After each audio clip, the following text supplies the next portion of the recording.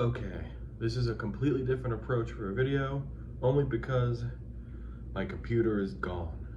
At least for now. I couldn't figure out, it stopped charging. Don't know why, but either way, I'm doing this off my phone and I got an editing system, so we're gonna see what happens with that. So recently, I watched The Exorcist Believer.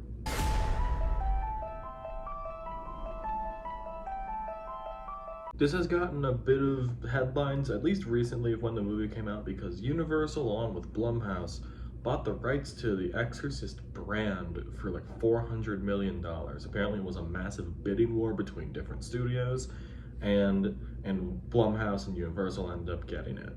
David Gordon Green and basically his writing team that actually includes Danny McBride ended up coming along for the ride with this because they had directed and written the Halloween 40 Years Later trilogy, or the last three ones, and I guess people thought they were okay. I know a lot of people don't like the second and third one.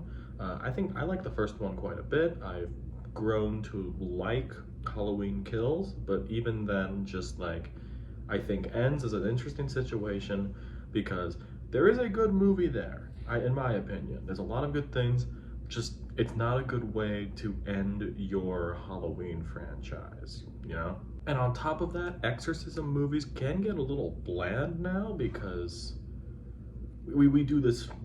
The first Exorcist movie set a standard, and barely any exorcism movies have met that standard. They've tried a little bit to like mess around with it, and that's fine.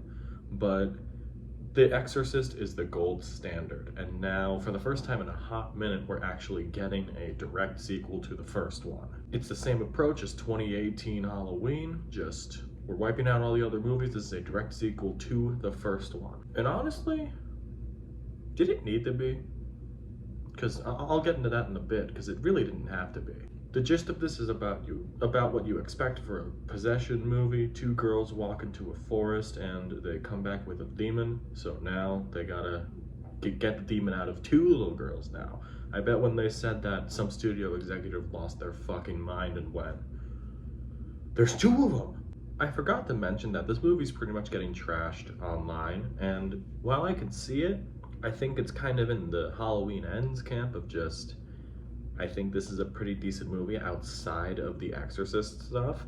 I think Leslie Odom Jr. is a pretty great actor, so he's always given it his all. He's pretty nice in this as one of the kids' dad. And the kids actually did pretty good in this too. I'd like to know if, I know one of the kids, I think Katherine was her name, is a first-time actor.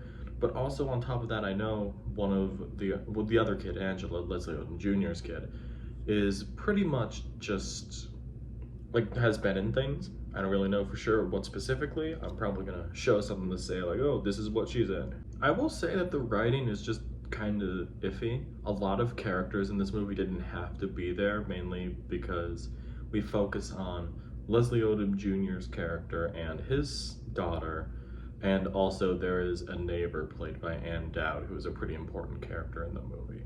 But pretty much everyone else is either just underwritten or just doesn't have to be there and is like fodder for the demon to get rid of or like say naughty things to. Of course, I have to talk about the horror aspect of it, mainly because, well, I'm sure you know this, but the first Exorcist is widely considered to be the scariest movie of all time. Like, and in my opinion, someone who has watched it for the first time within the past couple of years, it's definitely a contender for me.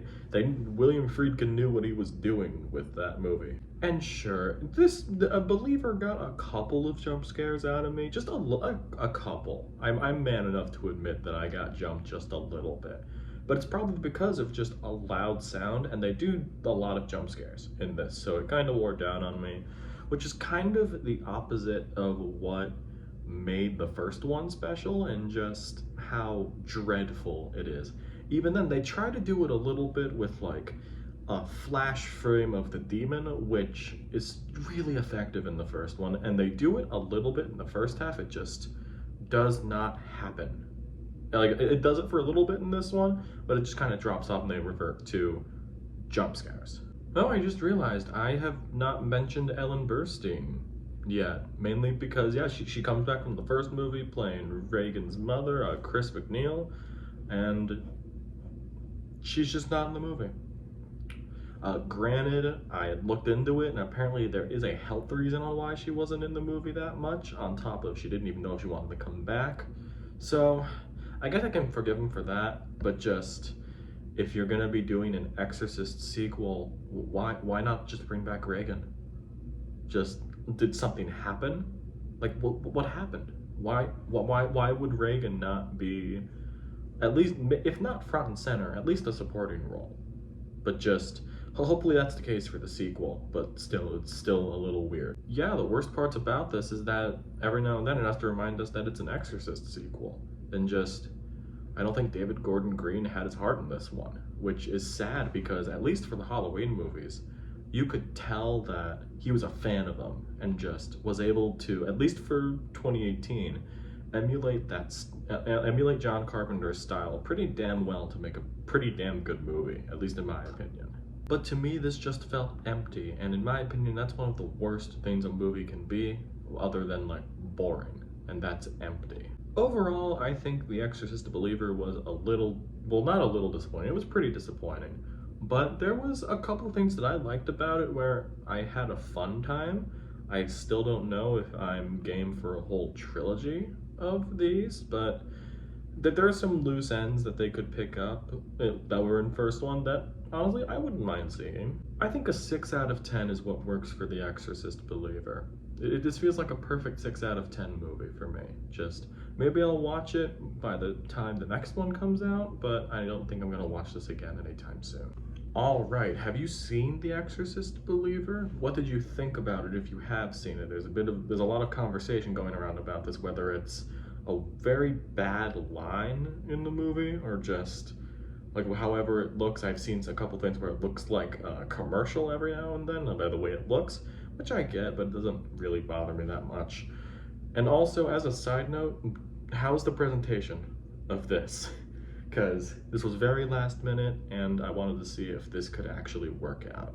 So let me know what you think of the presentation as well as The Exorcist Believer down in the comments below. Like and subscribe if you haven't already, and I will see you in the next video. See ya.